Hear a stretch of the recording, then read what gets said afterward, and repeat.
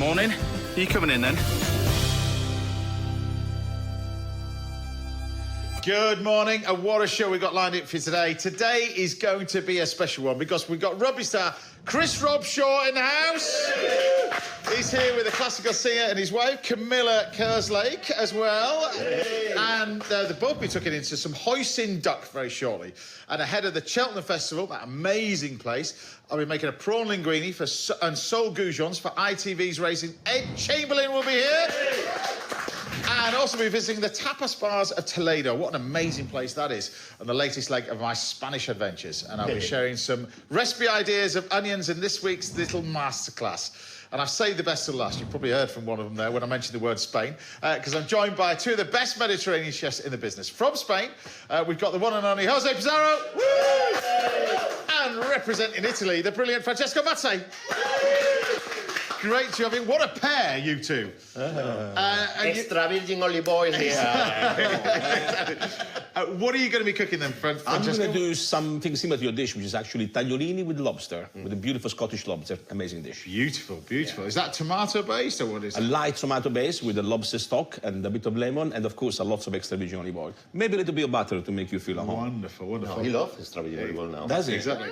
I'm converting him. And you've got something from Spain over with you as well. Yes, of course. Iberico pork that is marinated as my mum been doing for the last 90 years. Well, 80 maybe. And with some fried potatoes, and that's it, really. So who makes the best ham then? The Italians or the Spanish? The best what? The best ham on. Who makes the best ham? Is the Italians or the Spanish? Look, for once, we win. Are you starting already? It's going to be a long morning. It's going to be like extra virgin olive oil. I just like being a referee. Look, and we've got an for England rugby once, play to we split win. you up. Let's keep our friendship going, right? It's just teasing you, right, that guy? Just Right, make him happy. Make him happy. I am happy. I'm happy because if you take a look up at the oven, you'll also see that we're joined by this. This is our award that we run recently, the TV Choice Awards. On behalf of me, the crew, the guests, the chefs, everybody, we all just want to say a big, big thank you to all of you who have voted, to watch the show and everything else. This means so much to us. There's hundreds of cookery shows out there. To be shortlisted is one thing, but to actually go ahead and win it is another. So on behalf of me, the entire crew, the guests, the chefs, we just want to say thank you very much for watching. Well done. Well done. Well done. It's going to sit pride of place up there as well. But we're kicking things off today with a dish that I know Jose, and in fact both of these guys are going to like as well. It's a classic rum and pineapple upside-down cake. And we're going to use rum from a brilliant distillery that I'm going to introduce you to shortly. But first of all, to make our simple little cake, this is proper old school. Yeah. I love this because we've got Art Deco a bit on this. I love this. So we've got in here some butter, we've got some sugar, and I've got some flour, and I've got some eggs. So I'm going to take some butter, first of all, in there.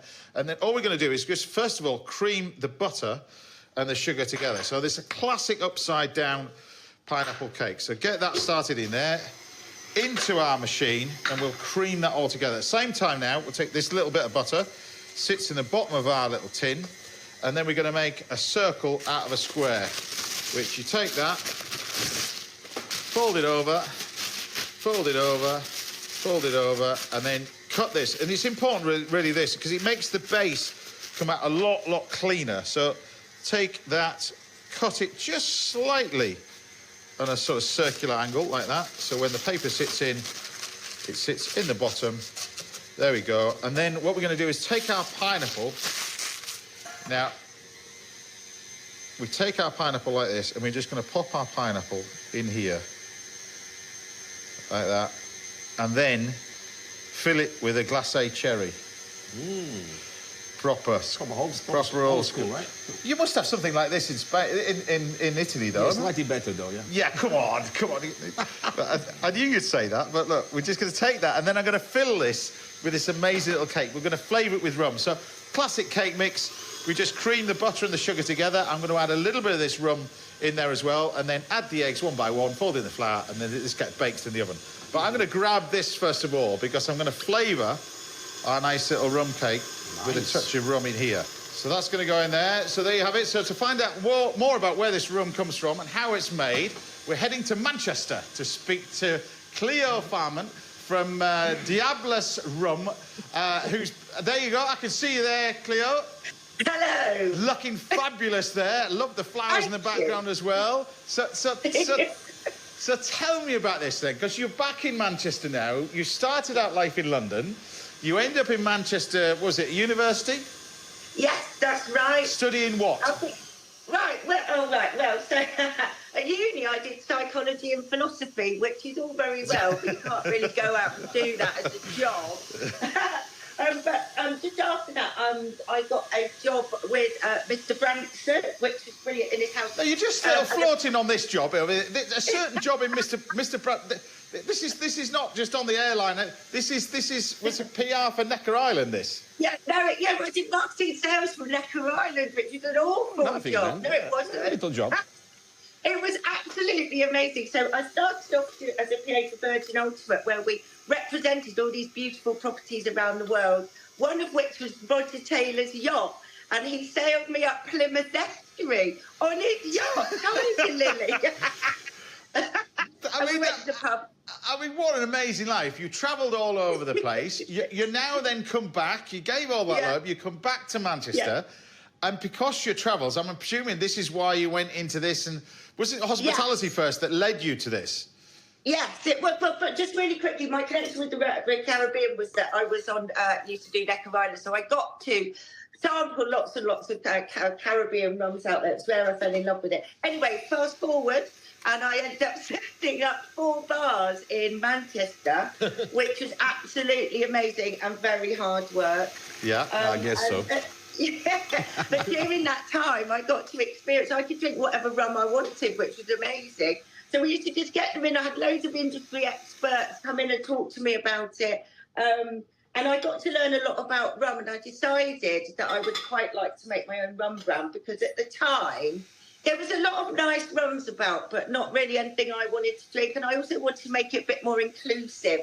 So I was the first solely female-owned rum brand in this country. Because this was, I mean, the reason for rum is that it's, I'd say not quick to make, but if you're looking at doing gin, it can be done in the similar sort of still. It can be aged in cask for not as long as whiskey. Yeah. So that's the reason why people are thinking this.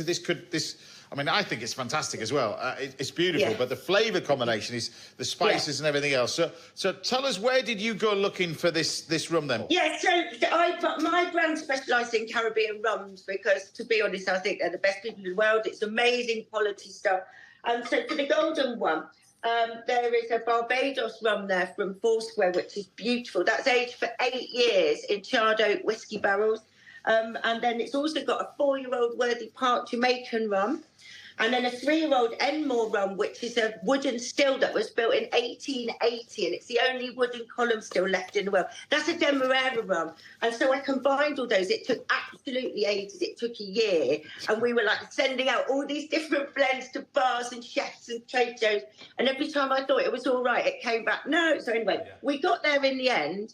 If you have a little taste of it, it's beautiful. So this is the one with the blue label. This is one we're trying for. That's the Caribbean Gold. So this has been really popular so far. And I've not added any sugar. I've tried to keep it on the drier side, because that matches my palate a bit more. Well, this is our cake. This is going in the oven, 180 degrees for about 50 minutes to an hour. That goes in there, middle shelf. Right. So we got that one. We're moving on to the next one over here. Yes, please. So the next one is the Clementine Spice rum, which has got a lovely, lovely mouthfeel. It's got a really nice viscosity to it. So this is what held flavour really well. So this has got lots of clementine zest of pimento, ginger, dried fruit, cinnamon. It's beautiful. Mixed peel, straight away. Yeah, it's beautiful. Citrus, mandarin, orange. And it's 40%, so it's proper. 40%, so it's proper. Only 40. Yeah. Like, We're nothing less than 40%, right? 40%, so it's proper. I like that. So, which leads us on to this last one as well. This last one. The hibiscus one. Again, I wanted to do something a bit more elevated than just a straight coconut rum. It's got that lovely pink colour because the hibiscus in it. This is the sweeter one of the 3. It's quite floral. Do you like that one? That's quite dangerous, that, isn't it? There is how I can see myself drinking the whole bottle. That's quite... Actually, let's give the bottle here. So tell me, before we let you go, because I'm just going to glaze this cake, tell me, because the name of it, the designer, the name's quite fascinating. So tell me about the name, because... She's amazing. So she's called Diabla. So it's like Diablo, but Diablesse. And she came straight from Caribbean folklore, and she had dealings with the devil. She was a bit of a temptress. So she used to roam the Caribbean by moonlight, seducing people wherever she went, and they'd never ever be seen again. But she also stood for female Was she Fire Calabria? It's like Diablesse. How do you say Diablesse in Spanish? Diablessa. In Italian, sì, Diabolessa sounds better in Diablessa. Italian. well, there you go. You got one in every place. There you go. By the sounds of it. It's a great name. But she stood for female empowerment, James. Great name. Right. So, but also tell me about this project that you're working on as well, because you're raising money for an amazing little project. Because this so is. I've called it Woman Up, and it's brilliant. So what I do is I support. I've got Young Women's Trust in this country, who get women into work who've been stuck in childcare or haven't had, proper training. But also I've started something where I lend microfinance, basically. And I'm trying to just, come on, women. It's quite a male-dominated industry I'm in, and I'm trying to basically turn it around a bit. Nothing wrong with men. I love men. Cleo, I wish you all the very best of luck with it. You can tell you're in marketing and sales. What's brilliant about this, normally when we get people on, they don't say very much. You're completely the opposite, and I love it. It's brilliant. Thanks, James. I've asked you 3 questions, and it's filled in 10 minutes, and I've made a cake. It's fantastic. Well, I wish you all the very best of luck with this. I'm in Manchester as well, so next time I'm up there, I'll come and visit. Come and see me. Yeah, I will do. The chefs are saying cheers as well. Salud. Cheers. Cheers. There you go. Take care. Hopefully, I've done it. You can stay on the line because you get to see this. Hopefully, cool. So you've got a nice little bit of the cake. We'll take a nice little piece of like that. So this has been in the oven. You take it, tip it all out, keep the paper on it, and you cut it all up like that. You've got a nice little bit of slice of this cake, which we'll lift it off. And then I've got some whipped cream over here, which we'll just take a dollop. Look at this. Nice, light little cake. And then this one was pretty spectacular, don't you think? Yeah, this The one.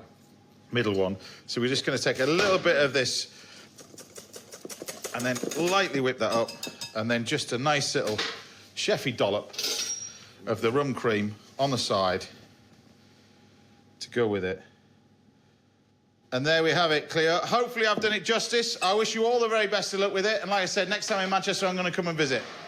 Yes, please. Can you send me some? Of course I can, yeah. I don't know how, but I'll send you some. Thank you. Take care.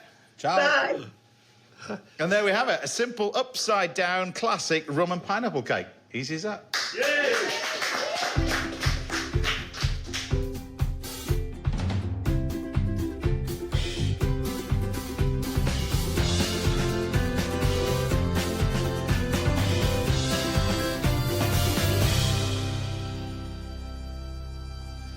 There we have it, gentlemen. Dive into that. Mamma mia. Tell me what you think. It's for you. Tell me what you think. Huh? I got you another portion. Cream is good, right? Cream is good. Cream is Rum good. is good. The rums, I always find rums fascinating, don't you think? Because it's like complex, but. Eh? Oh, I've got my own one. Yeah, oh my of course God. you got your own one. Oh. Meanwhile, I've got my own one. Yay! It's lovely with the cream. It's nice and simple. Classic. Yeah. Good. And everybody Perfect. needs a Cleo in their lives. Look at that. Right, these two will be cooking for us a little bit later on this morning. And I'll be serving a hoisin duck for rugby player Chris Robshaw and his wife, singer Camilla Kerslake, very shortly. But don't go anywhere, because after the break, we're heading off to Spain for another one of my favourite food adventures. See you then.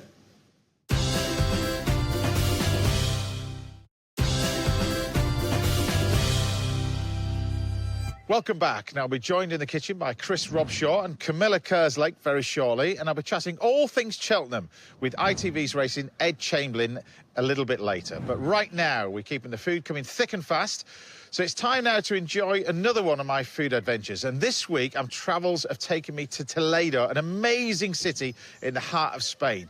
Enjoy this one. So welcome to Toledo. Now, this place used to be the capital of Spain, and it's an area rich in gastronomy, but here it's still famous for so many great produce and dishes, from game, saffron, honey, cheese, olive oil, garlic. The list goes on and on. But it's absolutely beautiful here. It really is. Be it the busy, bustling streets, and then you venture out of the sort of city walls, and you've got this glorious river and these bridges. Toledo is an hour south of Madrid, in the autonomous region of Castilla-La Mancha, where you'll find the most historic windmills of Spain. Perched on top of a hill, it's one of Spain's oldest cities, and it's like stepping back in time.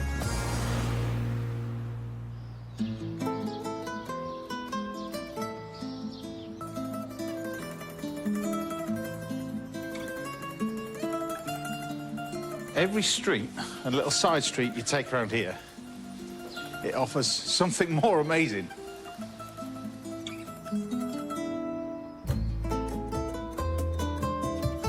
Look at that.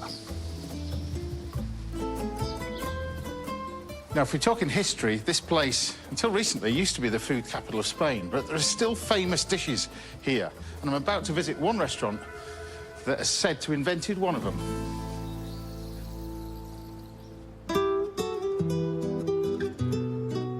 Tucked away on a side street round the back of the cathedral, Bar Ludena has been serving up tapas and local specialities since 1965.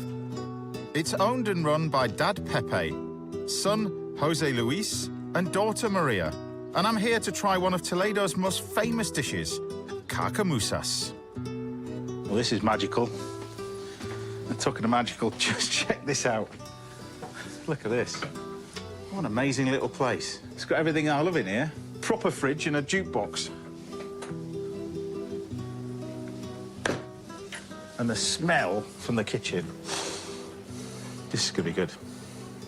You see, I hope this place comes across as not like a film set. It sounds daft, but you can't build history in a restaurant like this. It just comes with it. Particularly one as successful as this. Generations and generations of the same family. And they claim their ancestors invented the dish that I'm about to eat. Y carcamusas. Carcamusas. Carcamusas. So, tell me the ingredients. Is pork, tomato, beans, and chorizo. Y pica un poquito. Pica. Pecan. Sí. Okay. It's hot. Okay. Hot. Hot. So what you're saying is quite a little bit of spice in there as well. Tell me about the history of this dish. 70 years here? 70 years. Yes, my grandfather, the invention. Your grandfather? My grandfather. So grandfather sort of invented this, and this was a dish that was supposed to be to get men and women together in the same bar. And it was the smell from this? Yeah. The smell from this, what she's saying, the smell from the kitchen up and down the streets, as this cooks, it brought people into this bar.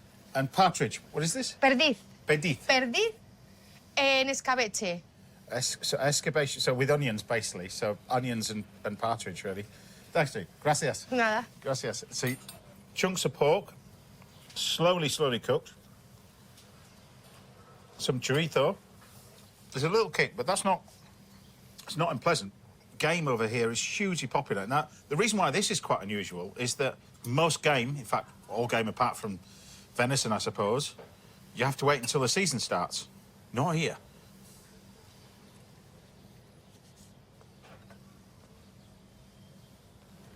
It's just partridge cooked with onions.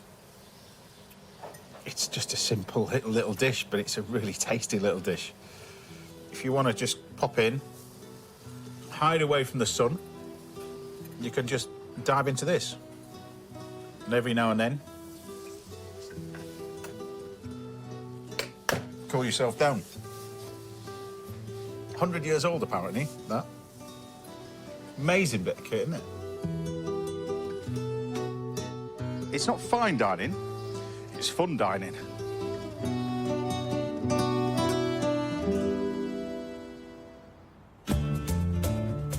Toledo is surrounded by glorious countryside, rich in produce. Windmills can be seen for miles dotted across the flatland, originally built to grind grain. And I can't think of a better location for my first cook, inspired by that wonderful bar. A tasty game dish, how fitting.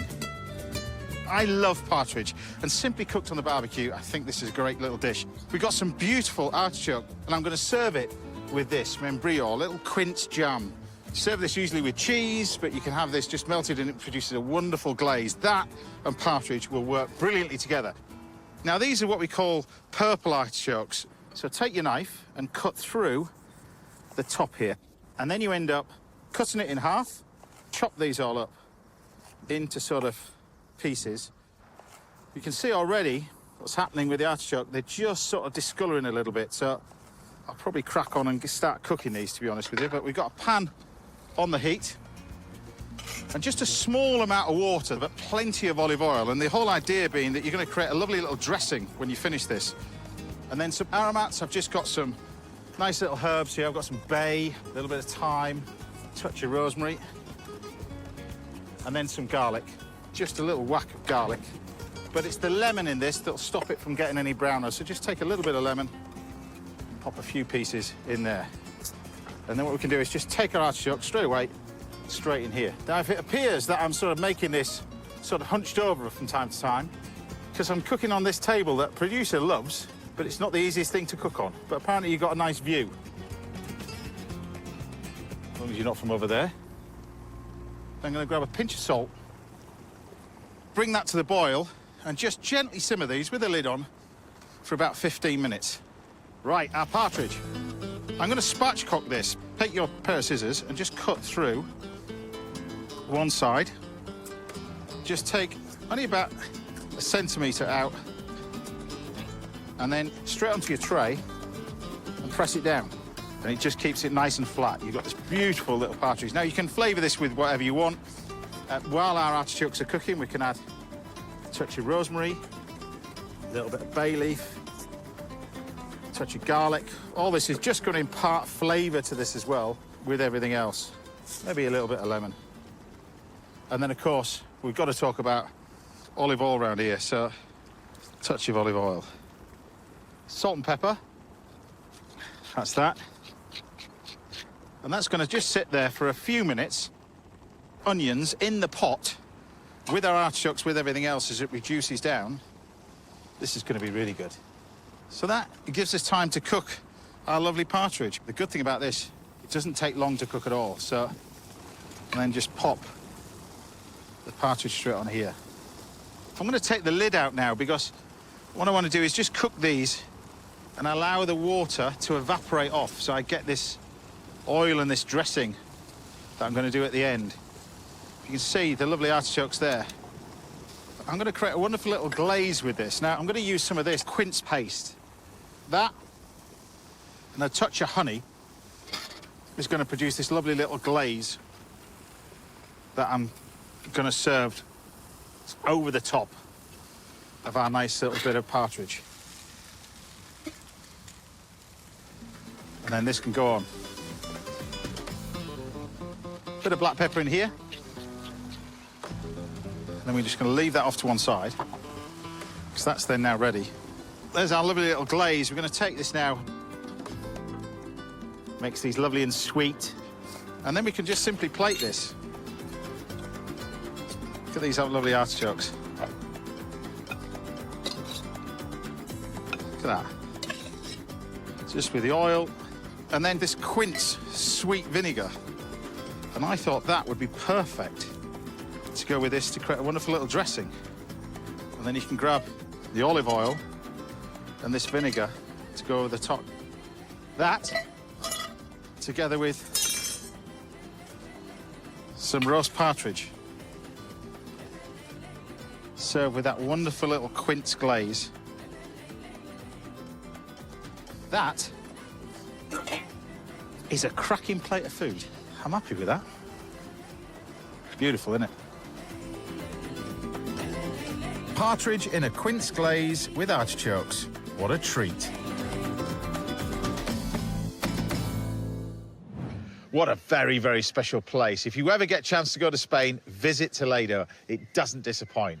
We've got more Spanish cooking from the very talented Jose Pizarro. That's coming up very shortly. But I'll see you after the break when I'll be chatting to Chris Robshaw and Camilla Kerslake over a plate of hoisin duck. I'm looking forward to that. See you in a bit.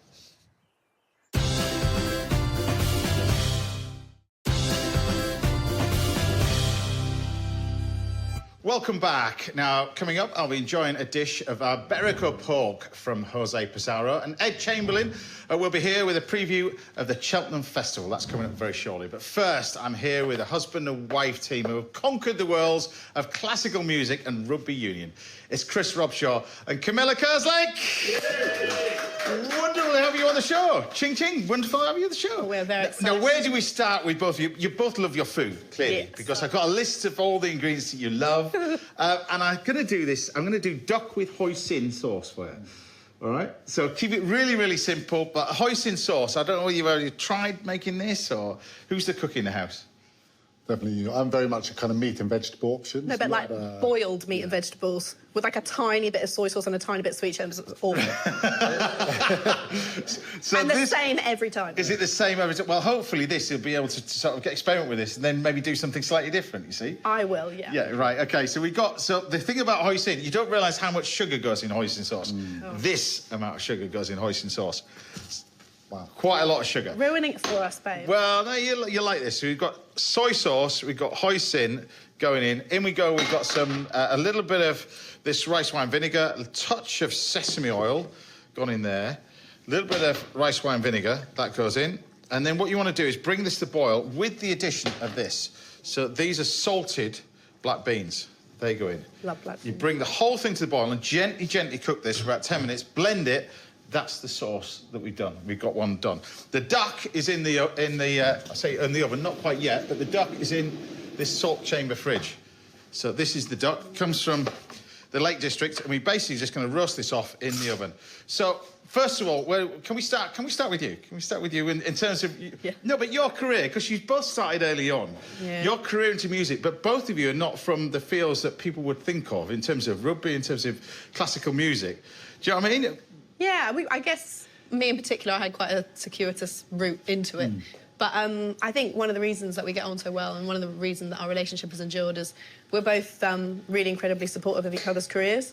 And we both really wanted something different for ourselves. And that's... And the fact you're both brilliant at what you do in your own careers. Well, debatable, but Well, no, you are. But your love of music, where does that come from? Must come from your family, does it? I think so. So my mum is Welsh, so I sort of grew up with listening It's a to head music. start, isn't it, in terms of it singing? really, really is. But she would always sing to me. We would always sing in the car together. Like, not classical, really. I didn't really hear much classical until I was sort of about 14, 15 when I realised I could do it. When I was really little, I was in school and it was my first parents' evening. The teacher said, most kids come in singing nursery rhymes and your kids come in and singing opera. And I think at that point, my mum thought, that's a bit... But when was that love of opera, though? Because, like I said, weren't you in a girl band as well? Weren't you doing demo tapes and bits and pieces in your room? And Well, I was a teenager. Like, no one wants to be an opera singer when you're a teenager. I want to be a pop star. Which is silly when you think about it, because, there's a million girls who can sing pop better than me. But I think I was in a detention.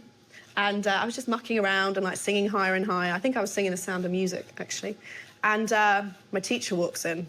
And he walked me out of the room and he was like, you've just sung higher than the highest note ever written for voice. And, this is like a state comprehensive in South London. He's like an overworked, stressed out teacher.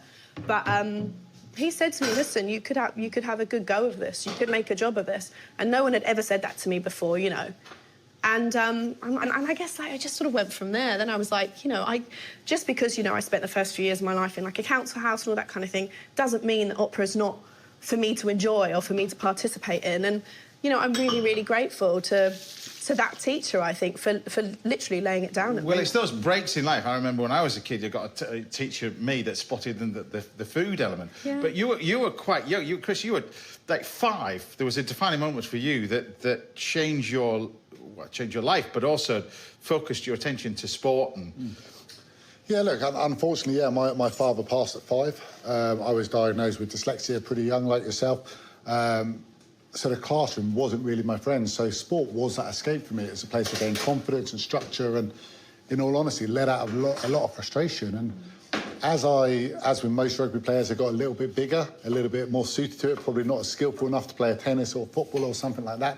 And look, I was lucky I got picked up from school by Harlequins and never really looked back since then, and it was amazing. And what was that like? I mean, your first cap for England as well, but then you were captain of your second. Was it your second cap? You were. Yeah, so I was lucky. There was a Lions tour going on, so where all the kind of the best players from Ireland and the British Isles kind of go away and play some of the Southern Hemisphere sides, and there was a big portion of English players that went, and someone in my position got called up, so I got called up to the England squad. And yeah, I made my debut away in Argentina in a place called Salta, where it's very much a hostile environment, playing in Argentina still. And then unfortunately I had to wait kind of 2 years until I got that second opportunity. But with my second cap, I was captain.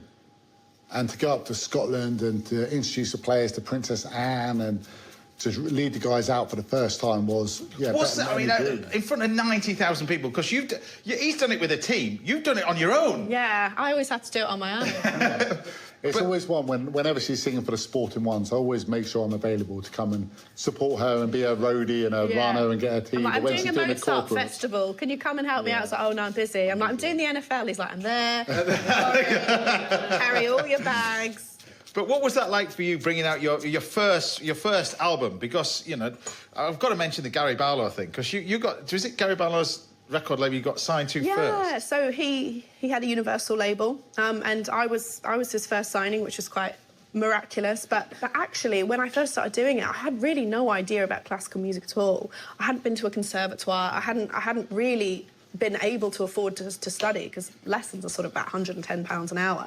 So it was almost like I went in as a complete newbie, and I think my first gig was for the 12 most influential TV bookers and journalists in the country. And then I think my second gig was like a showcase of the new album at the Barclay Ballroom. And, you know, it's a lot for anyone, but it was just an absolute whirlwind. And I think that's something that we both understand, is just how to work under. Well, it seems to me that you've pressure. both grafted doing your job. I'm just going to deep fry this. The duck is rusty off that. 30 minutes in the oven it takes, and then I'm chopping this bit up as well. But it leads me on to what I've just got to deep fry this. It's going to make a bit of noise.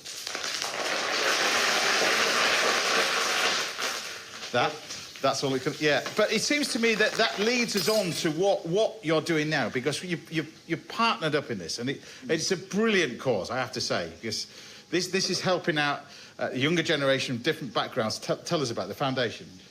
So I'd wanted to do it for a really long time. I'm sure you know that the arts in this country is less than 7% working class people, which I just think is really bad for the arts in general, and it really makes me sad that people aren't getting the opportunities that they should. And I think, look, and Camilla as well, have been very lucky with our sports or our professions, where we've been all over the world, played in some of the best places, had amazing kind of benefits on the back of that. But when we strip that right back, and we spoke about it a little bit earlier, a lot of my sport came from dealing with that loss of my father, and how do you get rid of that aggression and kind of build that confidence again, and dealing with my anger. But it's how you channel. I get this feeling with rugby. I used to play rugby when I was a young kid, but then I played against people his sort of size, and when it proper hurts when you got somebody coming the other way like that. But you channel your energy in a way that it's not anger. It's constructive. It's constructive, power, and but that must come with your voice as well. It's the same sort of thing. Well, I think what we discovered quite early on was that we weren't just going to be able to find talented youngsters and channel them that way. I think it became really obvious that actually there was a lot of people experiencing a lot of really bad things, and actually as a way of integrating people into society who might get left behind, or helping people overcome, like young people overcome horrific traumas, and music and sport is so amazing for that as well. So it was initially just about levelling the playing field and getting the next generation of rugby and music stars out there. But now it's very much twofold, so it's for sort of emotional well-being, but it's also still for career progression. And I think with a lot of it as well is once you have that instrument, once you're on the pitch, everything else kind of goes out the window. Yeah. You're kind of in the moment, you're focused on that, and it's about talent. Yeah. It's about talent, and it's giving those people hard work. Exactly, hard work, putting it in. Well, talking of hard work, you've just come straight off stage and you're about to go into something else. Yeah, got about 5 hours sleep last night, which is fine. So what's the next venture you're going into? I've just finished Handmaid's Tale with the English National Opera. I'm going straight into Magic Flute, which is much happier Bonkers, Yeah, yes. bonkers, but definitely a lot more upbeat. I cry a lot less than this one. And then, Chris, retirement. Is the retirement cracked up to be? Is it? You know what? There's a real mix. Like, I think, like all sports people, when they get to that stage, it's some of the toughest times because you're kind of a little bit lost. You're working out what to do. As we spoke about, that feeling of running out in front of 80,000 people, 90,000 people, you can't better that. And I think it's as soon as you can park that and move on, it's a lot easier. But do you miss it?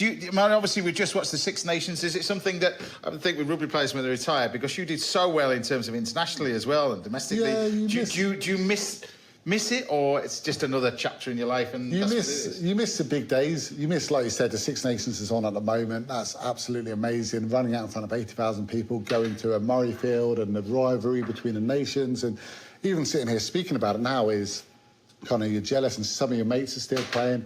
But unfortunately, my body can't do it anymore. And you get to that stage, I go for a run now, and I feel like one of those old Rocky runners kind of trying to come out of retirement, and it's almost in slow motion. So, look, I'm very grateful. And, look, I got to retire pretty much on my terms. At the age of 36, I got to captain my country and my club and win stuff with them.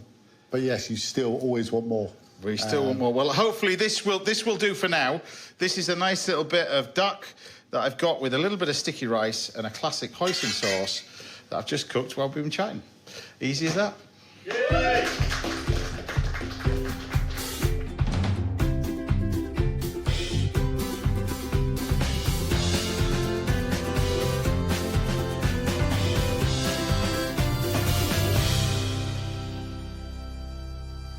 There we have it.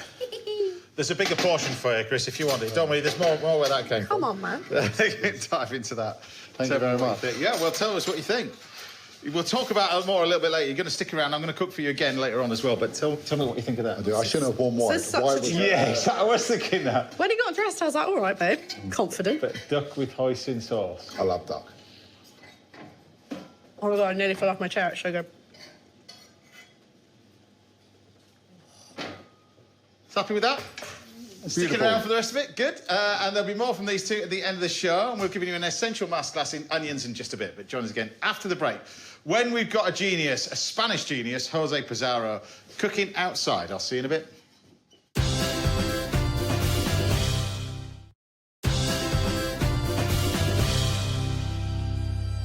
Welcome back. Now, Ed Chamberlain from ITV Racing will be here shortly in the house, and there's a masterclass in onions coming your way a little bit later. But first, I'm here with Francesco Mazze. Hi, guys. And the Italian is about to enjoy a taste of Spain from a chef who this year is celebrating a landmark anniversary on the London restaurant scene. It's unbelievable. He's been cooking in London for 50 years. Only joking. Jose Pizarro! He's supposed to be my friend, you know what I mean? 50 years. But it is a landmark. How long have you been cooking in London now? 25 years. 25 years, yeah. 18 years since I met you. I know, it's a long time. It's a long time. It's legend as well. So what are we going to be doing then? It's very simple. We are going to do a kind of salad. Yeah. With Iberico pork. We are going and some potatoes. So this is like the Spanish equivalent to chips. Exactly, and we love it. Right. And these are done in olive oil. And it's interesting enough. You do this and you do it from cold. Yeah. These. My mom always been doing like cold. Yeah. And we in the restaurant we triple cook, no? Yeah. And I promise These are they are gonna be. So you not start from better. cold oil? Cold oil? Oh, Cold wow. oil. All olive oil. All extra virgin olive oil. And it's because it's for cooking, we use Italian. Okay. I was expecting that for some reason. I wasn't expecting that one. Certainly. Right, so you've got. Tell me about this Iberico pork then, because that's what we used to see. In that you kindly brought the ham. Yeah, because that one is gonna be in the salad as well. Yeah, because this is really special. I mean, I've been to see this in Spain as well. To see this, The color. wow, beautiful. So many people. 20 years ago, I started doing this recipe. It's the marinade that my mom been always doing since ever. Yeah. And my really good friend and mentor, Yeah. David Eyre, I told him, can I do this pork? You know, it's going to be rare. Jose, pork rare in this country will never work. Yeah. David, please, let me to do it. Jose, let me do it. We do it. And been in the menu since since she closed the restaurant for good. Yeah. Been there. But it's And the absolutely quality of the gorgeous. pork is the key to that, because to see it in its natural habitat is amazing anyway. Yeah. It's bred on acorns. Not only is it famous for its ham, but the meat itself is just... The meat is just absolutely just melting. It's unbelievable. So you're sealing this off. This is the fillet. Yeah. And then we've got, it's the marinade. We have some cumin, some pimentón de la vera, paprika. We are gonna put some garlic. And it's a proper, simple, but so beautiful. The only thing you need is a very good pork. Now, we've got this gentleman over here opening places from out of this country and all over the world. Good for him. You managed to do this as well. Last time you were over here, you were about to launch a place. Yeah. It's now officially opened. Officially open and 1 year already. In where? In Abu Dhabi. Well Abu done. Dhabi. Abu Dhabi. Yeah, it's a very cool place to be, I have to say. And the weather is good, right? And the weather is good. I'm going there. I'm going there on Wednesday. Lucky you. I'm gonna say quality control. You know what I mean? Of course. But really, what it pool, right? is, escaping. No, I love it there. Well, you love it there, but also you've got your place now, which is in the... Tell us about this place in the south. Because you need to go visit his place, south of Spain. Well, actually, I asked him. I want to go and... Yeah, This is really, really special. Peter and me, we got this place in the end of 2019. Yeah. And It's right by the sea. yeah, right by the sea, you can see Morocco. It is glorious. It is as good as that. Yeah. So you've got these. These is how Mama used to make. Yeah, always like So that. From extra cold, virgin olive oil. of course. Nice and Yeah. cold, and now we are gonna put in the heat. So we're gonna And put. then slowly, we bring all the heat up. And this cooks for what? 15 minutes. 15, 20 minutes is no more. Yeah. And then all of a sudden, these potatoes are just going to appear on the end of the bench in a minute. So I'm going to leave that over there because we've got some cooking out the back there. So they're going to go there. So you're just sealing off the pork. But Sealing the pork. This is the cooking bit. So you've got to make sure it's not just sealed, but... It just, what we want is to keep all the flavors inside, you know, all the liquids, you know? So you're doing this in what, medium rare? No, medium rare, you will see now. Rare, okay. Yeah? It's just good enough, it's gonna be hot. When it's hot, we'll absorb all the marinade. Right, okay. Do some work, please, let's take it out. What, do you want to take this off? Yeah, take it out. That one in here. Okay, that one, and just put it in there. Yeah. All right. Yeah, just This one, move seal it around, little seal bit it longer. around. Yeah, okay. And because we are in TV, we have someone already here. Yeah. Yeah. So how long would you put it in marinade then? So I you will say seal it 24 hours. 24 hours. But this used to be quite difficult to get hold of in the UK, but now you can actually buy it now. You can buy now in the UK Iberico pork. Not this quality. Because it's nice and red. It's beautiful, this one, isn't it? Yeah, you can get pork. Can I try a bit of prosciutto di Parma here, please?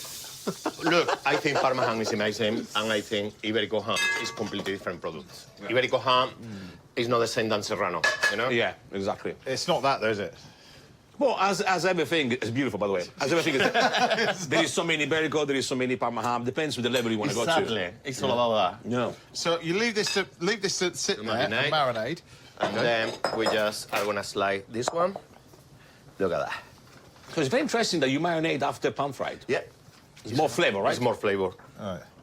Because This people would be usually freaking out because of this. Left them to freak out. I know this is amazing. I'll go on with it.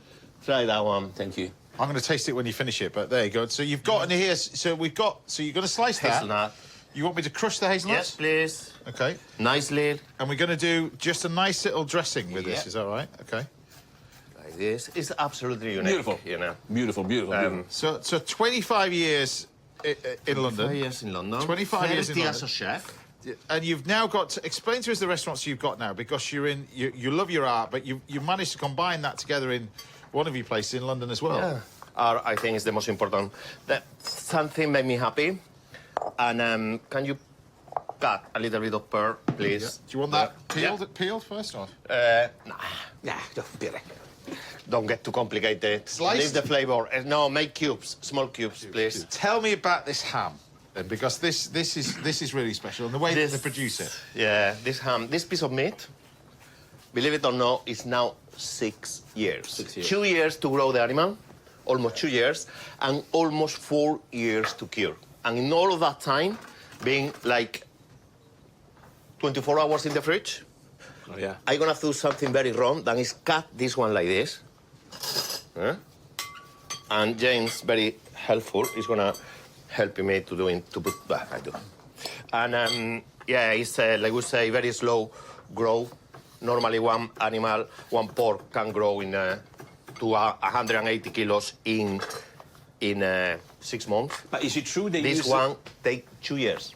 the true they use the legs where the pork rests? It's not true. This thing they say. No. Okay. I've seen that. Absolutely It's rubbish, not. isn't it? And it's cured, and that's it. And then you have here the best only in the 6 world. years. Well, we can talk about that, but yeah, I agree. So far. So this, you're going to use the oil from this, okay? The oil from this to marinate. So the sherry vinegar's gone in there. Yeah. And now we are gonna put the chips here, nice and crispy, like you like. Nice. Look at this. Just fried in extra virgin olive oil, eh? Very expensive From chips. coal. Yeah, very expensive chips. Very expensive chips. No, it's Italian, it's quite cheap. The Italian olive oil you're using, yeah. Good oil is hot. I'll do that, and you can do your And the then pork. we just finish him, the pork. It's nice on the plate, like this. Nothing fancy. It is just love it. I love the combination of the ham as well as the pork like that. But people would be As free. nuts with the Don't bit do this with just pork from the supermarket. Just don't do it. It's gotta Don't be do this. You need to buy very good one, but definitely if you can get Iberico pork, you do You it. can get it online as well nowadays. It's really Look at good. that. Like this, simple, yummy. So give us the name of this dish. I don't know. Let me thinking about is Iberico pork loin marinated Isabel, my mum style, with pear, hazelnuts, and jamón ibérico. He's still not lost it after 25 years. Jose Pizarro, everybody.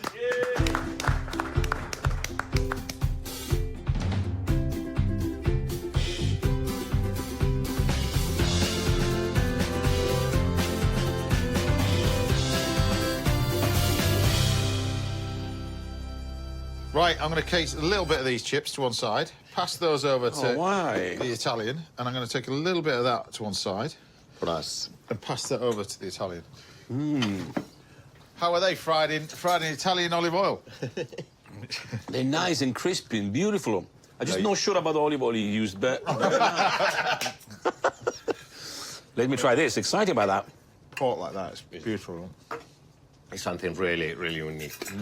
The flavor from the acorns coming through. And I love the balance between sweet and sour, the vinegar, the sweetness of the pan, the prosciutto into it. Wow. It's a simple dish. It looks like an Italian dish. Well done. I tried my best. They've started already. There you go. Jose Pizarro, everybody. Well done. Right, this chap over here will be trying to top trump Jose's dish a little later on this morning. I'll be sharing some recipes for onions as well in this week's Little Masterclass in just a bit. But join us again after the break, when I'll be serving up some prawn linguine and sole goujons for ITV Racing's Ed Chamberlain. See you after the break. That is delicious.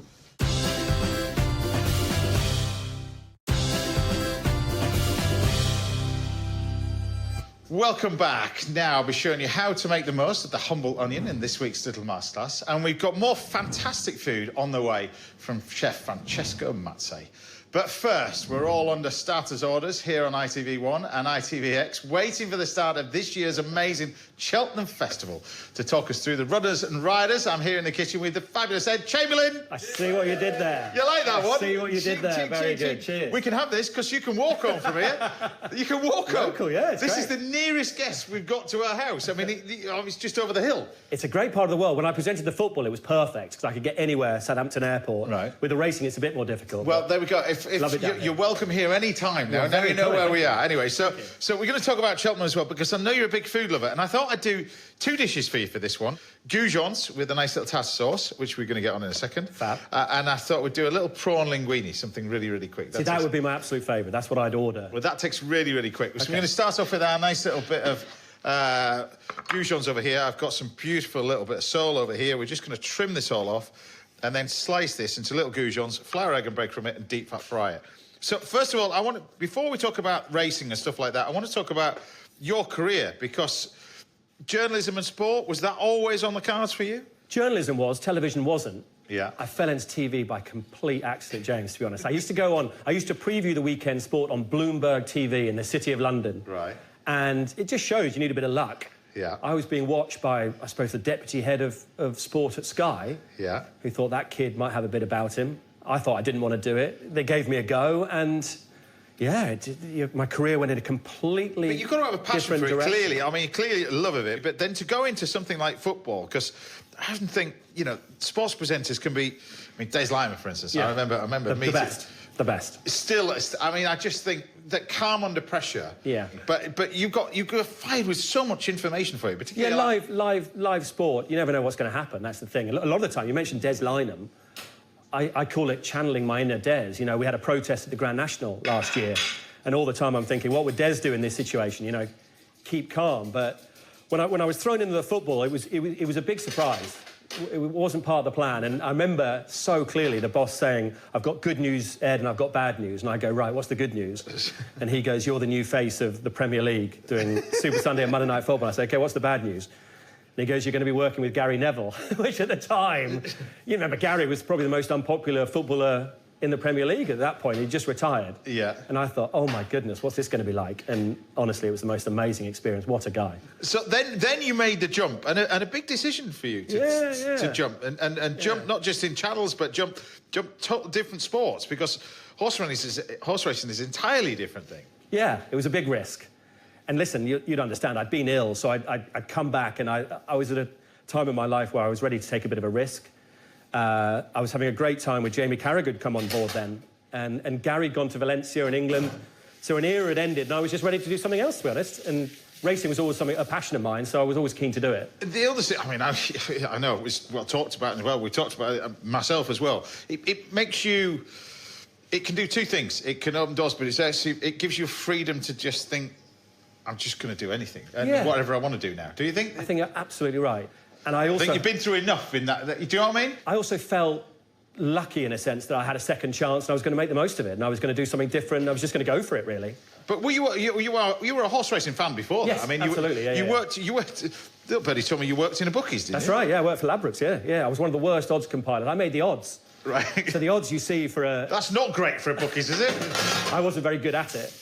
I remember, I did the racing and I did the cricket, and I made a bit of a mess of the 1999 Cricket World Cup, and that was the end of my glorious bookmaking career. But yeah, racing was in my blood then.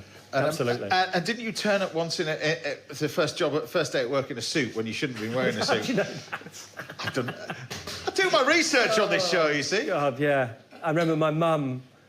It was only work experience. I thought I was only going to be there for 10 days. Right. 2 weeks, maybe. And my mum took me to High Street Kensington, and we went and bought a new suit, thinking, you know, you wanted me to look smart for my first day at work. You can imagine the scene. Yeah. And of course, where I worked, I mean, Rayners Lane it was. No one wore anything like a suit. So I looked like, yeah, you can imagine. For weddings and funerals, that was about it. The first thing they said, right, learn how to odds compile. I said, price up the World Championship darts. And I got it totally wrong. It was when Phil Taylor was absolutely dominant and should have been an odds-on shot, and I got it totally wrong. So it was a baptism of fire. But I was meant to be there for 10 days. I was there for 3.5 years. I loved it. Absolutely loved it.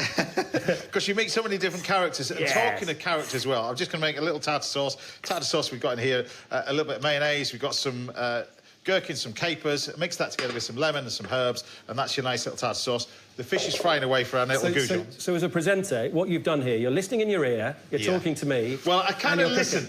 I say Will is in my ear. Listening isn't... what do you reckon? Guys, listen... they're all good. Listening is another thing. I don't... Yeah. You take multitasking as a presenter to sometimes we just leave him there, you see. That's Will. That's Will. That's what I've got to listen to there. He's there. Don't put it in the food. Exactly. So anyway, we're just going to slice this all up. This goes into the nice little bit of mayonnaise. Okay. But talking of characters... Yes. Because, you know, I've been quite fortunate to go to Cheltenham, and I've been there about a few years ago. I'd never been to a big horse racing meet and a serious horse racing meet like that. Okay. I mean, if you're going to go to... if you're going to go to a horse racing meet, Cheltenham is the one, because it is amazing. You get... Why do you say that?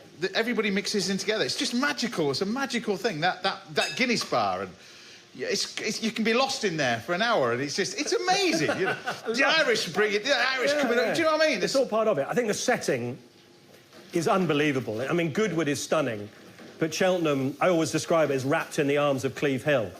My word, those look good.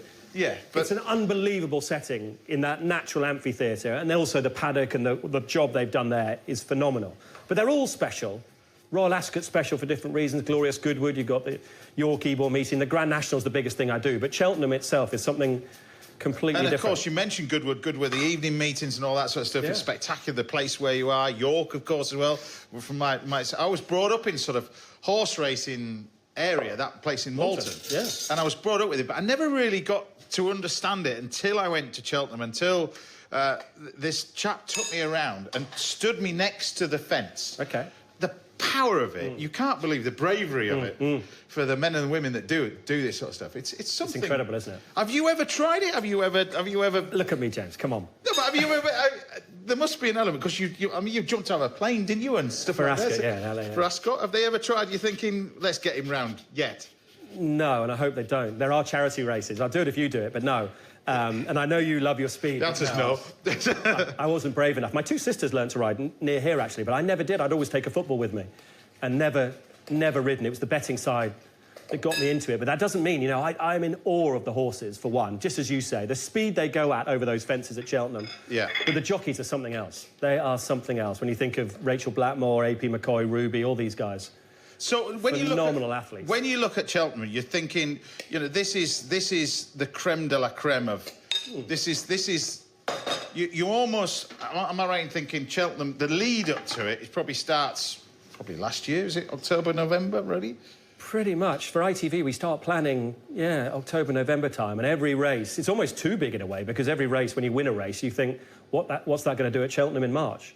That's what, but that comes from the trainers as well. They must be thinking, do we hold that one back for Cheltenham? Do we hold back for Cheltenham? Because it is such a big event. It is. If you're a football fan, I mean, it's the FA Cup, the League Cup, Champions League all rolled into one. It's huge, but it's also so much more than that, because, I mean, we're doing food here. Food has become a big part of the Cheltenham Festival. They've got everything from its own pub to Michelin-starred restaurants. Well, Cheltenham. I know, because you think of Ascot and you think of the chefs that are there and the roux and stuff like that. But Cheltenham, I know that Claire Smith is there for the first time. Pretty cool. One of the greatest chefs, if not the greatest chef in the world as That's well. all part of it. But what I'm saying is you can mix with somebody in a suit and somebody just in the jeans and a T-shirt with Cheltenham. That's what I just loved about it. Yeah, because there was no... I get the feeling that certain race meetings is a hierarchical thing, and there's none with that. It's just... I think everyone these days, and it's a bit like with our television coverage, you want it to be for everyone. I think a race meeting will try and have something for everyone, from York, where they've got a picnic area... Much more inclusive, yeah. Exactly. To a Michelin-starred restaurant at Ascot or Cheltenham. Hopefully they have something for everyone. But at Cheltenham, you're absolutely right, that's what they've got. And then you mix into that the British against the Irish. I mean, if you go into the Guinness Village... Well, that's...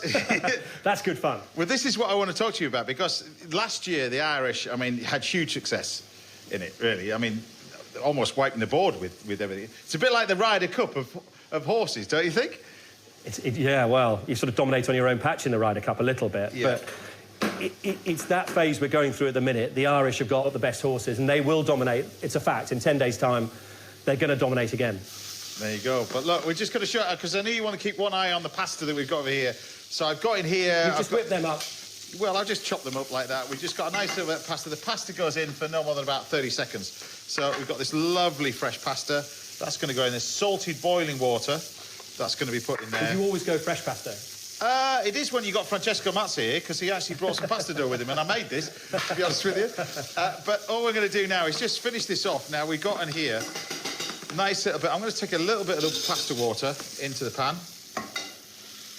There we go. Just to start cooking these tomatoes down a little bit, soften them up a touch.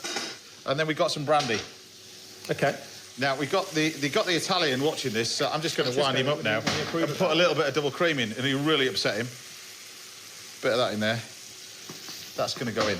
And then all I'm going to do is just cook this down with a touch of parsley. That's going to go in. Touch of lemon, last minute. Like I say, the pasta doesn't take very long at all. Lemon zest. And you take our pasta out. Straight into our sauce. Like that. Mix this all together and finish off cooking the pasta in the sauce. It's that one. We'll turn everything off now. This all starts to come together. Look at the colours. Nice and simple like that. And you're going to stick around, because I'm going to cook for you later on at the end of the show as well. And then you can have a drink, because I'll probably give you a lift home. or we can nip down to the pub. Which car? Yeah, exactly. Nip down the pub. But you just take a nice little bit of pasta like that. And I'll do a little chefy drizzle of olive oil to go with it. over the top of that. I love the colours. And there we have it. Nice and simple. I was going to put Parmesan on it, but it'll push Francesco over the limit and he'll probably disappear off. But there we have it. 2 nice, little, simple dishes, all done, just in time for Cheltenham.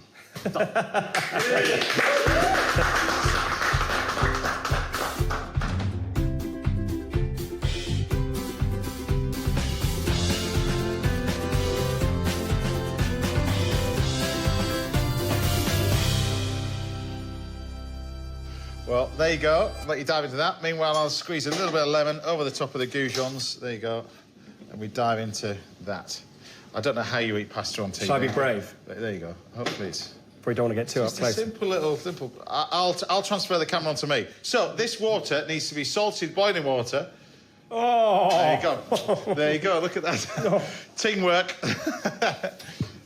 It's nice, isn't it? That is so good. It's nice, isn't it? It's nice. The goujons are ace as well, but there we have it. There we go. There are so many different flavours. Right, I'll be treating Ed, Chris and Camilla to deep-fried chicken wings at the end of the show and handing over the hobs very shortly to the brilliant Francesco Mazza. He's got lobster pasta on the menu. But I'll see you here after the break. We've got a masterclass in onions that you definitely don't want to miss. I'll see you after the break. It's good, isn't it? I love it.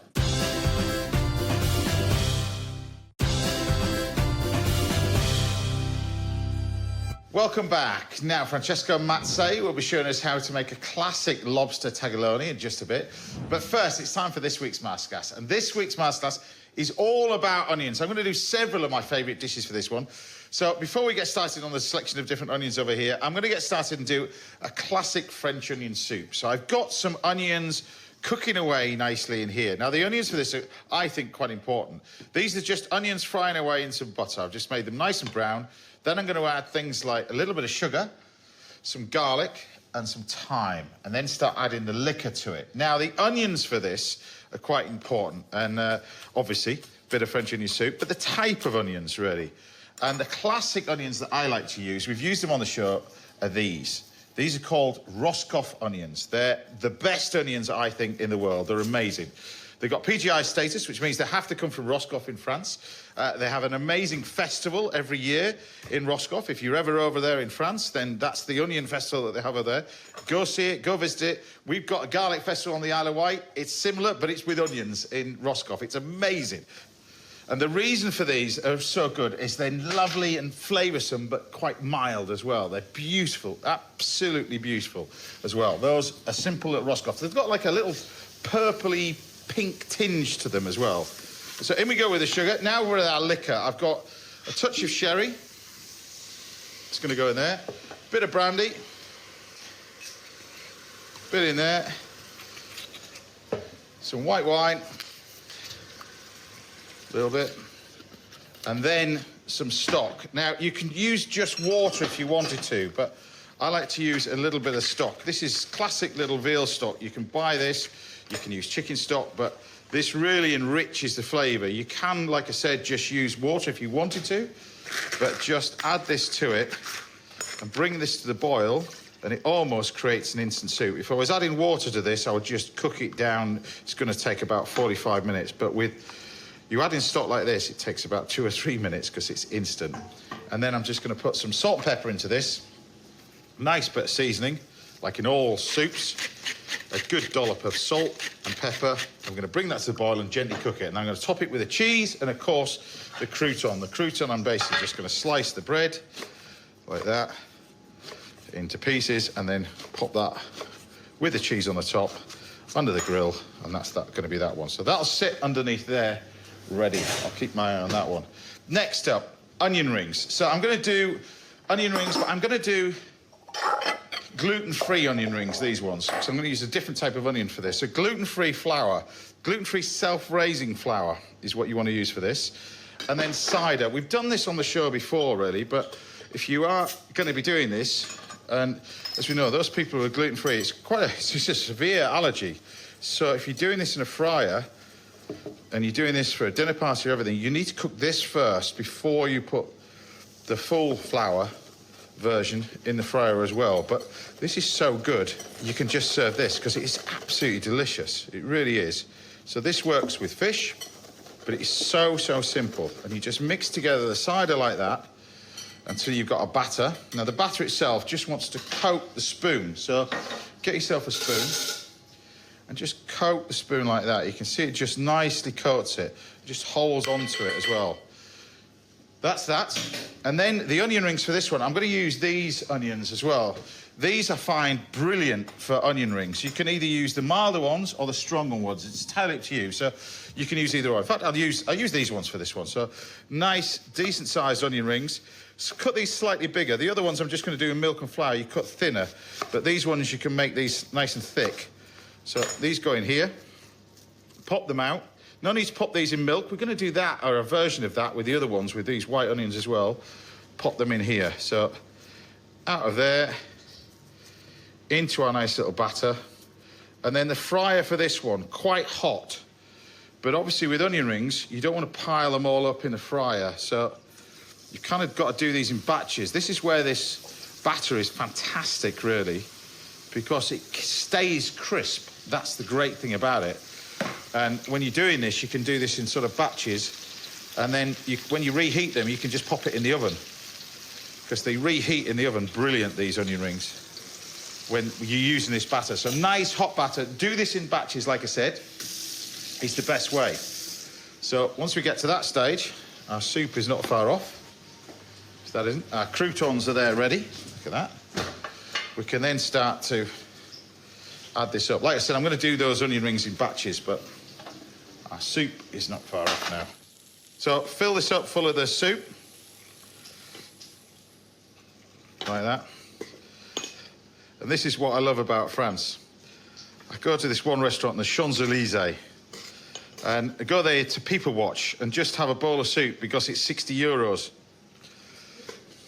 Unbelievable for a bowl of French onion soup.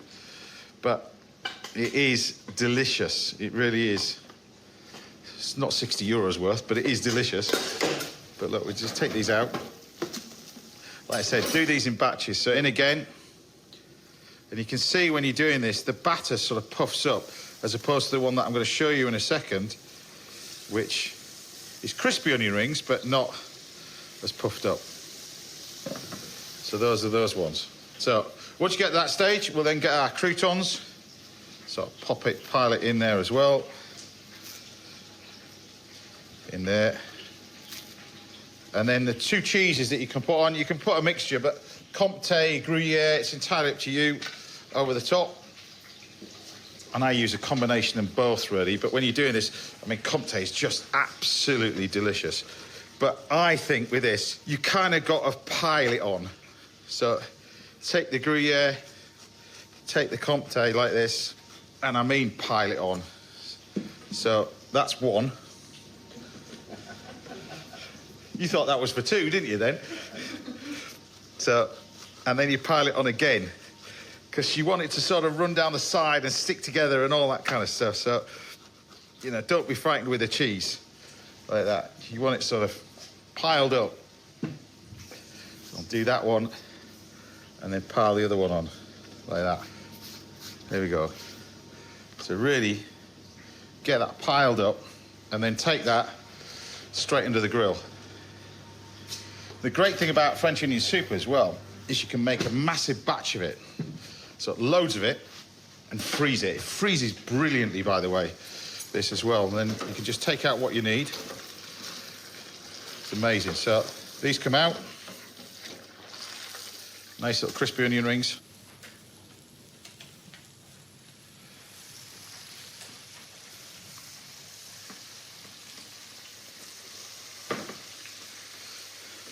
So you can see the batter puffs up on this one. So that's why you can cut the onion rings slightly bigger for this one. But it's a brilliant gluten-free batter, that. And it, like I said, it stays crisp really nicely. So another recipe, because there's 4 recipes for this one. This one's really, really simple. You can take whatever onions you want. You can take shallots for this. You can take the classic red onions. These are what you use for salads because it's much more milder. But you can take whatever onions you want for this, in the skins, without the skins. But I like to put them in the skins, really. So if you're doing red onions, they go in. And then what we do is we take some beer. And you take a nice dollop of beer and fill it up. Now, this is beer, not lager. And then you cook this gently. It takes about 30, 40 minutes, something like that, just gently cooked. We end up with what we've got in here. These are amazing. They are absolutely amazing. Now, you wouldn't necessarily use the liquid out of this because it goes a little bit bitter, but these onions are just delicious. Now, whether you have these on a barbecue or whether you just slice them and eat them, you can fry them, but these are absolutely amazing, just pan fried. So then we got some butter, like that, and you can take the onions, slice them through, and you pop the onions straight into the pan with the skins on. Just cut them straight through. Now, if you want to do these on a barbecue, these are just beautiful. They really, really are.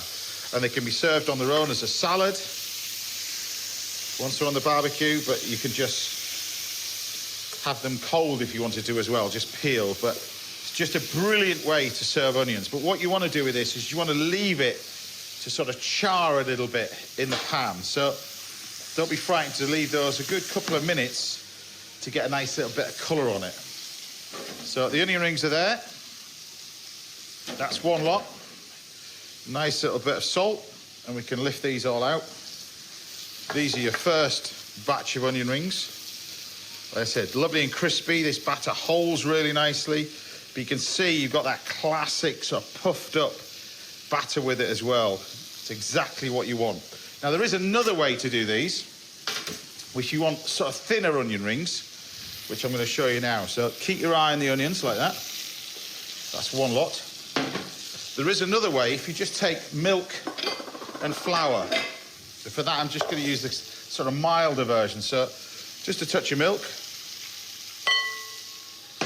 This is just normal, conventional flour. This is why it's important if you're doing this, the gluten-free ones go in the fryer first, because...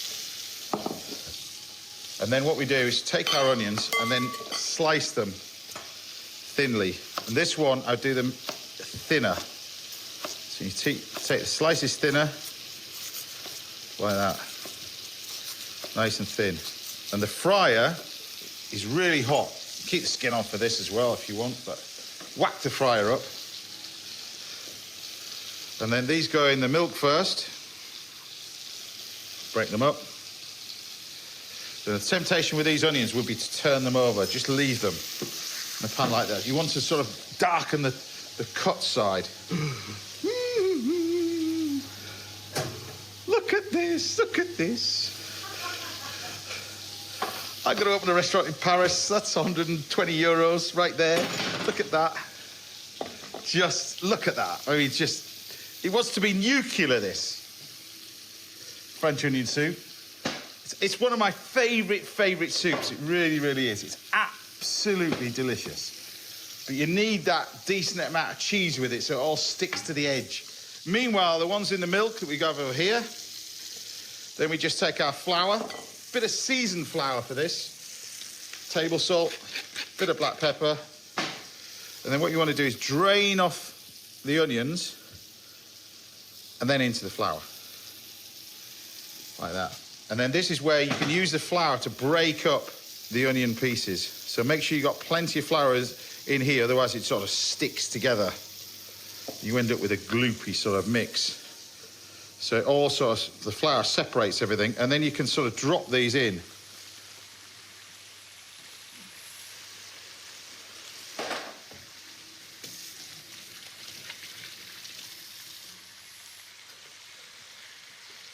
And then what I like to do is just move them around in the fryer a little bit. You can see now what's happening with these, because it hasn't got the batter on it. These will go lovely and crisp. That's why the white onions like that are so good for this. Like that. Get yourself a tray. And then these can come out onto your tray. Little pinch of salt. All the while your onions are just left there. That's the thing about this is the temptation is to move these and start messing around with them. Just leave them. You want them to sort of blacken on the bottom. That's the key to it. And you've got these sort of shoestring fry onion rings that taste amazing. Those are those. And then one final thing is we've got our Roscoffs. with this. And you can then take these and you can carefully just lift these out. That is what we're looking for, you see? That sort of charness on the base, that. You get this beautiful colour with it. And because of that, you get this amazing flavour. Like I said, these are just brilliant on their own, but these are great on the barbecue. And when you get this caramelisation as well from it, these just taste absolutely amazing. But there we have it. Sort of 4 ways with a humble onion. And if you're wondering what these are, these, of course, because one of our crew went to a flat pack furniture place and just had to buy those. There we have it. 4 ways with onions, and one of my favourite recipes, the classic French onion soup. Done. Now, if there's anything you'd like to learn about Little Mouse Gas, then do get in touch. We'll see if we can help out right here on the show. Time now for a quick break, but join me again in a couple of minutes where Mr. Francesco Mazzi will be bringing the taste of Italy to Hampshire. You don't want to miss that.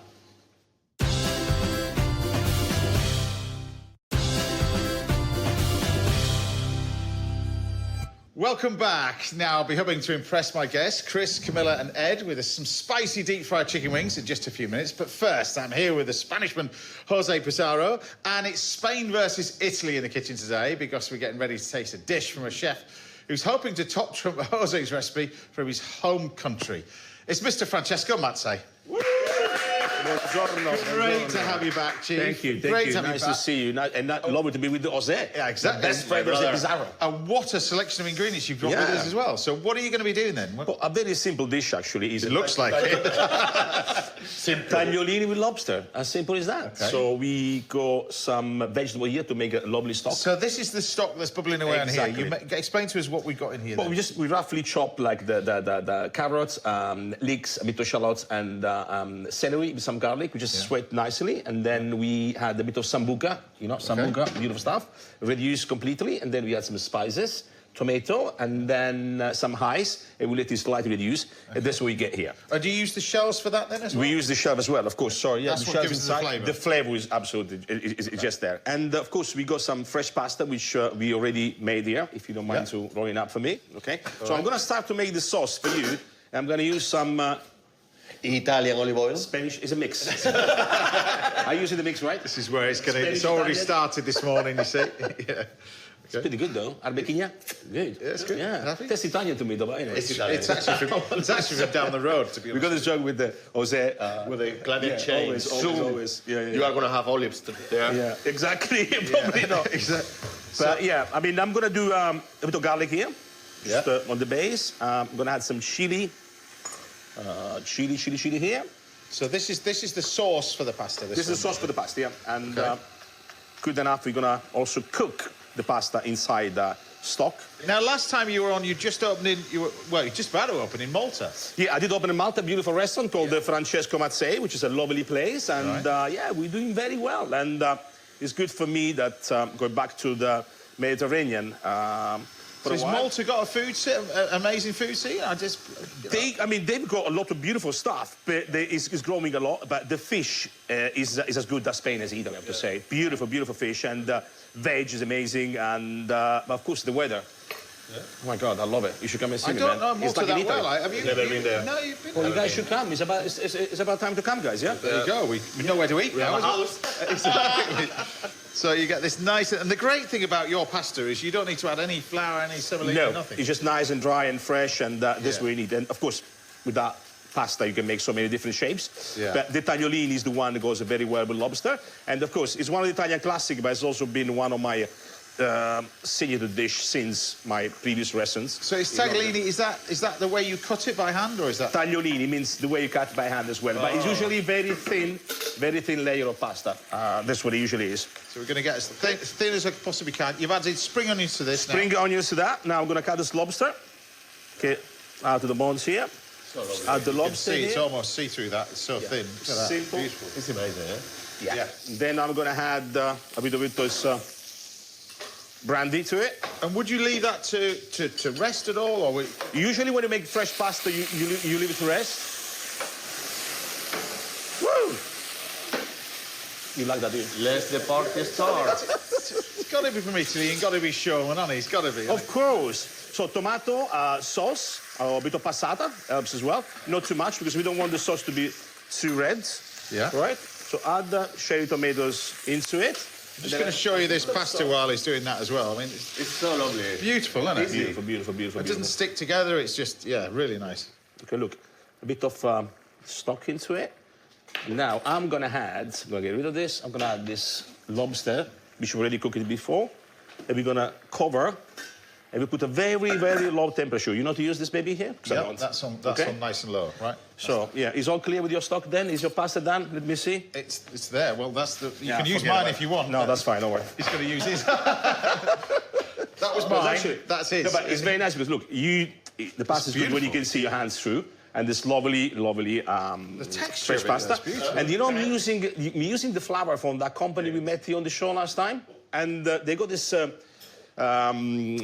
Italian grain flour called Perciasacchi, and of course, English eggs as well. So we do a pasta with an English twist, which makes me very proud. And you learnt, you got it here as well. Exactly, we got here on the great, show. isn't So it? yeah, thank you. So you do something good sometimes, James. You see? I do try, but it's great, isn't it? I think Yeah. you meet suppliers all the time, and Yeah. you calculate how many shows we've been doing and how many different lot. suppliers you meet. Yeah. And it's interesting. All the chefs can work in the country for so long. Yeah. And But you something never that's know. right on your doorstep. But to be honest with you, I couldn't really believe that there was someone doing 000 flour in UK, and I find fascinating. Yeah. But also, what I was very excited about, you remember that the vinegar you showed me the first time? Yes. Was a guy from Scotland, I think? Yeah, or yeah, that's I'm not amazing. sure you guys came Shetland. from. Yeah. That is I mean, amazing. I'm dressing myself as good as a very good That is very Spanish red vinegar. yeah, honestly, that is very it's not balsamic, of course. Yeah. Of course, it's not balsamic. But it's very good, I'd say. Yeah. Okay, a little bit of flour here again. Perfect, nicely. So what we're doing now, Yeah. like a mama will do, just to pasta by hand. So this is why you call it what you call it. Yeah, tagliolini, but tagliatelle as well. You can do all the kind of pasta by hands. And of course, after this pasta dough or sheets, you can do so many different shapes. But that's the tagliolini one, and that's the beauty of it. So you got this authentic cat. It's quite irregular shape. It's not like, it's not very French, I would say. It's quite rustic. Now, obviously, in a bit like Spain, really, exactly like Spain, you're very zonal and regional with your food as Yeah, well. absolutely. You're from Calabria. Where would this come from? No, different. No, tagliolini is mainly from North Emilia-Romagna. We Yeah. do something similar called lagane, but the South Italian pasta usually doesn't get any eggs on the dough. It's basically, if you think about orecchiette, for example, which is famous Apulian dish, Yeah. it's basically semola, rimacinato di semola, which is that baby here, but finer, Yeah. and then just warm water, all right? Didn't know that. There you go. Yeah, so look at that. This pasta is ready here. Now, crazy enough, we're going to cook the pasta inside this lobster stock. The smell is absolutely Beautiful, gorgeous. yeah. So I know it's a bit crazy, but the flavor is amazing. And of course, this stock, while you cook the pasta into it, don't chuck it away. Can be used for anything else, for soup, for risotto as well if you want to, even though it's got a bit of starch in it, or reuse once again. But it's absolutely beautiful. So this is one of the first times I've ever spoke to you where you haven't actually got a place in the UK. Then now No, not in London. I'm not cooking in London anymore. I will do it soon, but I'm actually living in London now. When people ask me, "You live in London? You must be rich." No, you have to pay the mortgage right into. I didn't cook a bowl of pasta to reach that level. Well, but you yeah, did. I did that. Well, you had restaurants all over. But it's still got your name on some of them. No anymore. No, I'm not there. I'm out of the place, and I'm supposed to take a bit of time for myself to enjoy and travel, but Nice. it lasts 1 week. When you do something good that people think you could cook or you can cook, you got lots of offer. And the reason why I choose Malta is because, first of all, I love the company, I love the families, they're amazing people, and also because I can basically swim to Calabria, where I come from. So it's very, very close. And then I was supposed to do a pop-up for 7 months, but I love it so much. And then now I'm staying for I don't know for how long. So, extra virgin olive oil. Now, can you roughly chop a bit of this, a bit of tarragon? At least you do something, I see you relaxing a bit. Over here. Tarragon, parsley, and basil. Yeah. Exactly that. Lovely. Okay. So, look at this beautiful lobster here. Okay. I mean, this is fantastic Scottish lobster. I mean, again, look, this is Of course, you can tell an Italian dish, but apart of the tomato, which they're probably Italian or Spanish. Wow. Well, you're retiring to Malta. You're retiring to the south of Spain. I'm going to retire to Scotland because I think Scotland is beautiful. One of the best places I've ever visited. But again, in my you life. should come and visit us. This beautiful place. It's an amazing place in Scotland, and I'm really enjoying. I mean, it's just it's warm and I mean, not warm by the weather. The people are nice. No, please go ahead. No, the weather. The weather, not the weather. And just to make you happy, you're gonna add a little bit of butter, yeah, just to make you feel at home. Whoa. This is that controversial in pasta or is it? Yeah, but because you know I don't want to upset all the time about this olive oil thing, so I'm gonna make you happy. Black pepper, again, more extra virgin olive oil over here. Yeah. Tack. And You then don't need to even put in the plate. You just have it from there. beautiful, yeah. Okay, let's see that. Absolutely gorgeous. All right, look at that. So, and now we're gonna finish this dish. You know, it's again Italian thing. It's a bit like Spanish cooking. Quite simple, but what you need is the best ingredient, yeah. And you basically enjoy it, you know. The lovely Can I fresh take this pasta. one for me tonight? I think I'm gonna cook pasta. Yeah, you can. It's beautiful, isn't it? Okay. So again, guys, a very nice, There's a lot simple. of culture there, a lot Look at of that. history. It's fantastic. So A give us the rustic- name of this dish. That's what we got. Is a tagliolini lobster with ends of extra virgin olive oil, Italian and Spanish, and some lemon Beautiful. zest. There we go, guys. How beautiful And is how that, simple look? is that? Francesco Mazza, everybody.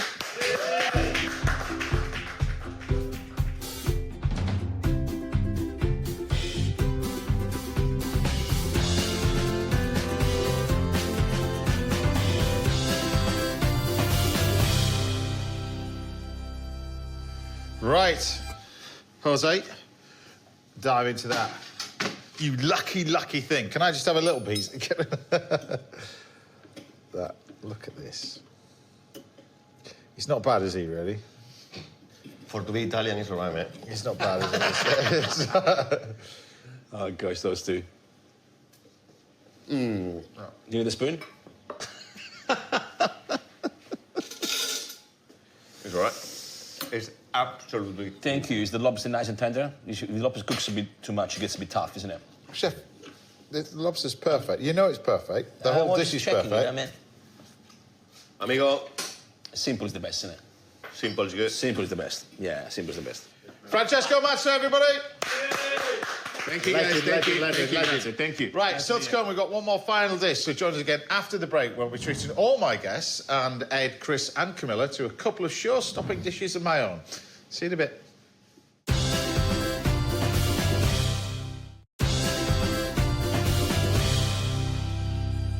Welcome back. Now, I'm back in the kitchen with all my guests. There's almost too many to mention, really.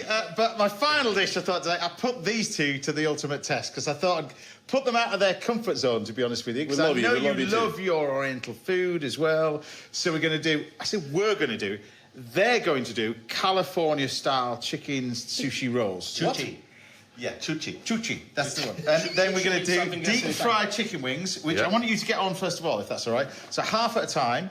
They can go straight in the So deep it's fryer. going to just fry the thing? Yeah, but you're going to be doing this in a minute. So The sushi. Sushi rolls. Chuchi. Sushi rolls. So what we've got in here, we've got nori sheets, all right? Okay, cool. You'll be familiar with this. Very familiar. We do with pasta in Italy. We've got some cooked... Have you ever made one of these before? No. No.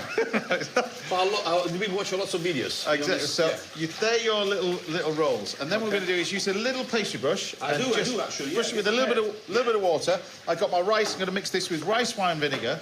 Everything else, it's going to go into there. And then this is going to be for the basis of our roll. So there we go. Yes, that's the one. So Is that risotto rice? No. No.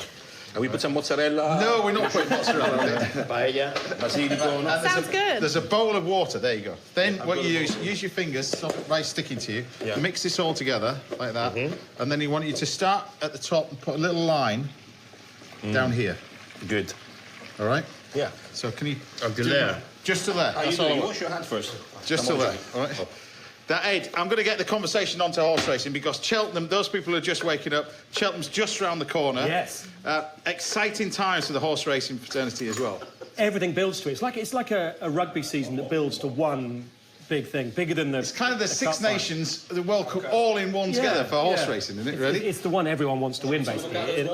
and it all builds to Cheltenham. So the crescendo is coming very quickly. Crescendo in the singing sense as well. Oh, look at that. Does that work? He's a pro. I would have thought Ascot would be the main Yeah, one. what about Royal Ascot? That's flat racing. This is jump racing. Oh, yeah. This is okay. jump racing. And Hurdles, chases. The league up to it, I suppose, is the same sort of thing, isn't it, really? Ascot, the league up to it. We mentioned the fact that they're starting that, the trainers particularly, Come on, guys. starting it. Your work starts anyway, but it's starting in Francesco's October, looking very November. confused I over mean, that. look at that. I mean, come on, hurry up. There's quite a lot in there, to be Yeah, honest but with you. look, the Nordic gets all curled up. And Francesco, your friend Frankie thought you were at Cheltenham, didn't he? Yes. Yeah, exactly. If I was, yeah, he just called me. Yeah. Right, so then we I'm so just... happy that he was with you, actually. Yeah. Then we roll it, so Yeah. it's nice Can and you show tight. us how to do it? No, I'll leave it with you so people can see. Show us. We never... No, because if I do it, then you're not going to be able to do it. Venga. All right, I'll do it. Right, so just don't roll it carefully. Start at one end. Think that is like risotto. Can I do my way?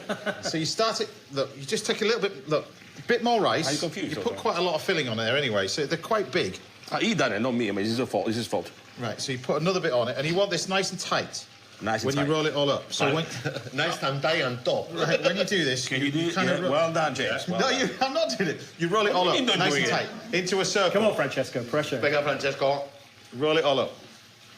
And when you do it, you pull it. So you pull. That's it. Pull it nice and tight. But can you do it this way? Yeah, yeah. I think you'd master it. Looks amazing, guys. I don't know why I'm doing these things at the age of 50 to jeopardize my career. You're doing very On well. TV, this bloody sushi thing. That's it. Nice and tight. Look at that. Beautiful. Beautiful, beautiful. Then you take it. Don't applaud yet. It's You not see? finished. You see? Then we get this nice and tight. Like He does that. this on purpose. I've probably done 3/4 of this. Then I need you to make another one. What do you mean another one? Look Yeah, at it's this. fine. Is this for everyone? Have you seen Chris? Look at him. This is Chris, I do for you. Just because you know. Another one, no Because one day coriander. you play for Italy, you save our rugby team. This one Next doing time we do with jamón, eh? this. Exactly. Anyway, moving swiftly on. Now, we spoke earlier about your amazing... Well, tell us about the setup, the foundation that you've set up as well. Those people who are just waking up. Classical singing, rugby, going hand to hand, really, when it comes to this foundation. They're helping people out right across the country, various different avenues. Tell us about it. Well, we've actually just given out our first round of grants. Yeah. You know, so we're supporting a charity called Opera Bohemia, and they're basically taking classical music to like the Outer Hebrides and beyond. You know, and for a lot of those kids, it will be the first and only classical music they'll hear in their entire primary school career, which is it's quite sad when you think about it, and you don't realise how much of an impact sort of the arts and sport have on your life until you think about it. You know, you leave work. You put on the radio in your car, you listen to a podcast, you get home, you cook your dinner, you put on the football, you read a book. You know, it's yeah, you go to the gym, you know, you go play five-a-side. It's kind of everything we do for sort of fun, or a lot of the things we do for fun are music and sport based. Because in horse racing, I mean, you have a huge... There's a huge following after, you know, helping the jockeys and everything. Yeah. There's a huge support there. But also, horses are very important. They're very therapeutic horses. So They can work with kids, they can work with all sorts of people with all sorts of issues. And the power of the horse is unbelievable. I think it's because people who've had a problem in their life, maybe, a horse doesn't judge them. Yeah. They'll spend time with the horse, they'll go riding, and they build a bond. It's out in extraordinary. nature, they're like with like, but also you know, Talking, not make you being feel judged. make you feel very capable. I think riding like you know sort of an animal like that. But look, I'm just going to recap. We're not bad, actually. To be fair, I think we could Francesco. partake in possibly a restaurant. Thinking we about need a a little nail bit of practice Have you first. tried Italian sushi yet? It's a market. So the Sorry, the Spanish Italian sushi. So the chicken is done with this. This is amazing I stuff. think Jose went a bit strong on this. It ruined my heart, but I'll forgive him. So this is He does two koji. things this way. This is fermented rice. I know. Right. This is amazing. This is fermented rice, and you put it over the top of chicken like this, and it tenderizes chicken. It tenderizes meat. It is unbelievable. Can you put it on top of a roast chicken? 20 minutes on chicken pieces like this, it just takes it to a different level. But there's natural sugars in this, so when you deep frying it, it turns this chicken. Look at it. It's almost as if you barbecued it. So this is what it ends up looking like. You see, like this chicken. And then what we do is you can then take this sauce. Probably put about 3/4 of those chicken wings in there. 3/4, a bit. 3/4, yeah. 3/4 of them. The sushi's gone off piece a little bit with these ones, but. Then I've got this. This is a. They don't do a small bottle of this, to be honest with you. This is called ponzu, which is it's like a dipping sauce. You can buy it in bottles like this. Ponzu. Yeah, it's ace. Should we put the sauce there or And then what we're going to do is you're going to put a little bit more. Put a few more in. 3/4? Come on. Yeah. Oh wow! A few more. That's it. So in here, a bit more chicken, and roll that together. roll that all in there. Go on, put them all in. Put them all in, why not? You know. So I've got in here, I've got onion powder, garlic powder, sriracha, a little bit of honey, some lime, and then we're going to put them all in. Go on. Yeah, my eyes are going. Let's put all of it. Come on. Yeah, don't be shy. Leave only once. Ah, mamma mia. And then I want you to put them in a bowl. The bowl is a little bit small, darling. All right, I put in the bowl here. Okay. Pour them into there. Over the top. So these have been deep fat fried. Now this is what happens when you put this koji on it. You get this amazing natural sugars from it. But this koji, if you take a piece of steak and put that over the top, about a tablespoon, the top of a steak, both sides, leave it for about an hour, brush it off and barbecue it. It is unbelievable. Really? Unbelievable. Great. Yeah. Unbelievable. Pile them up. Look at us, we're just sat in here salivating. I've never seen that before. Yeah, it's. Look at that, guys. Oh my God. And then a few bits of spring onions. I knew you'd get this right. Well, I didn't think, to be honest. When we were about to kick off, I didn't think we were ever going to make it. But we achieved it. We got there in the end. Ladies and gentlemen, I don't know how we got there and how we produced that. He's a real friend. But between most of Europe, in terms of chefs, us three, we've managed to produce that. Easy as that. Done.